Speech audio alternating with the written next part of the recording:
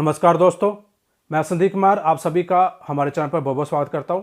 दोस्तों, क्या आप भी किराए के घर में रहते हैं और पिछले कई सालों से होम लोन लेकर अपना घर खरीदने के बारे में सोच रहे हैं?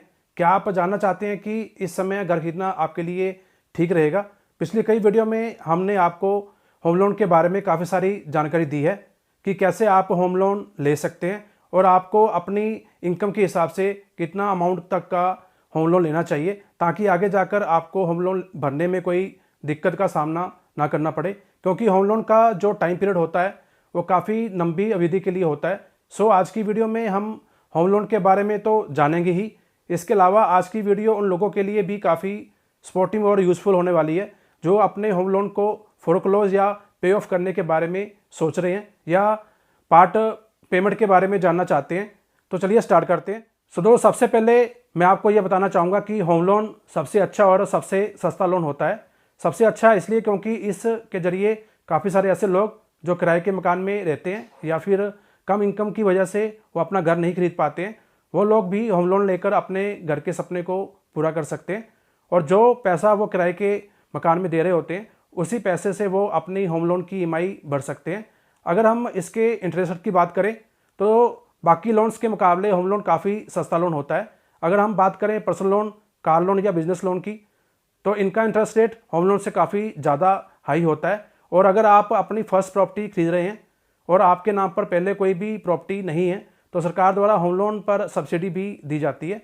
और जो लोग टैक्स पे करते हैं, जिनकी इनकम टैक्स स्लैब में आती है, उनको होम लोन में टैक्स रिबेट का बेनिफिट भी मिलता है। सेक्शन 80C के तहत आप अपने मूलधन पर 1.5 लाख रुपए तक टैक्स छूट ले सकते हैं। इसमें आप स्टैम्प ड्यूटी और रजिस्ट्रेशन फीस को भी शामिल कर सकते हैं। इसी तरह सेक्शन 24 के तहत आप होम लोन के ब्याज पर 2 लाख रुपए तक टैक्स छूट ले सकते हैं। लेकिन यहाँ मैं आपको बताना चाहूँगा कि यह छूट तभी आप हासिल कर सकते हैं जब आपके द्वारा खरीदे गए घर का निर्माण होम लोन लेने के 5 साल के अंदर पूरा हुआ हो। अगर 5 साल में निर्माण का काम पूरा नहीं होता है तो आप 30,000 रुपये टैक्स छूट का दावा कर सकते हैं। इसके अलावा अगर आप पहली बार घर खरीद रहे हैं और आपके घर की कीमत 50 लाख से कम है तो आप सेक्शन 80C के तहत हर साल 50,000 रुपये तक की टैक्स छूट का फ़ायदा ले सकते हैं।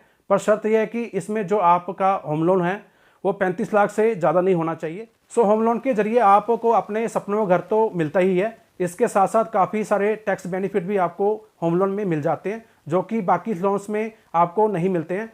अब बात करते हैं कि अगर आप अपने होम लोन को पे ऑफ या फोरक्लोज के बारे में सोच रहे हैं तो आपका थॉट प्रोसेस कैसा होना चाहिए। जब भी आप अपने होम लोन को पे ऑफ या फोरक्लोज करते हैं तो आपको यह देखना बहुत ज़रूरी है कि अगर आप होम लोन के लास्ट टाइम में बैठे हुए हैं, लास्ट लेग में बैठे हुए हैं, तब आपको होम लोन कभी भी फोरक्लोज नहीं करना चाहिए। होम लोन का कंसेप्ट यह बोलता है कि स्टार्टिंग टाइम पीरियड में आपका इंटरेस्ट पेमेंट ज़्यादा होता है और लास्ट लेग में आपका प्रिंसिपल पेमेंट ज़्यादा होता है।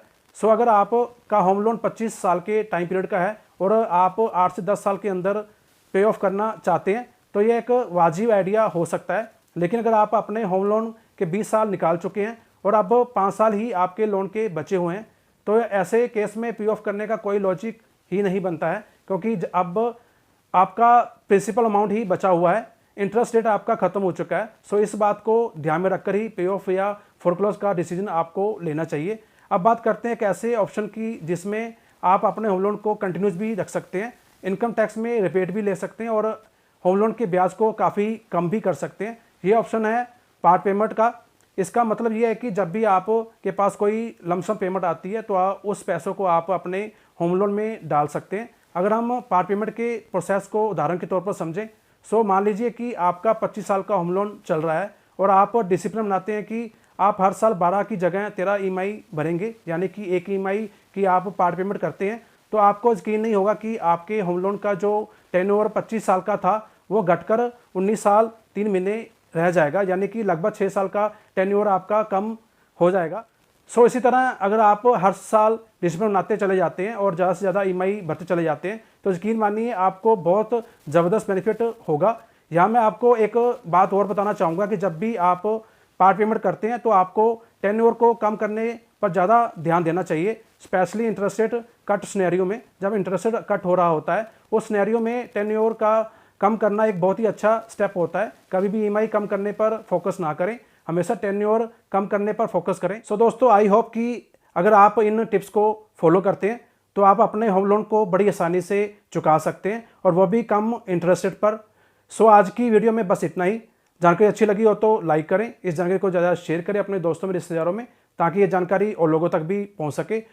और अगर आपने अभी तक हमारे चैनल को सब्सक्राइब नहीं किया है तो नीचे आ रहे लाल बटन को दबाकर सब्सक्राइब कर लें, और साथ ही बेल आइकन को भी प्रेस कर दें, ताकि हमारी सभी आने वाली वीडियो के बारे में आपको नोटिफिकेशन मिलता रहे और आप कोई भी जानकारी मिस ना करें। मिलते हैं एक नेक्स्ट वीडियो में नई जानकारी के साथ, तब तक के लिए गुड बाय।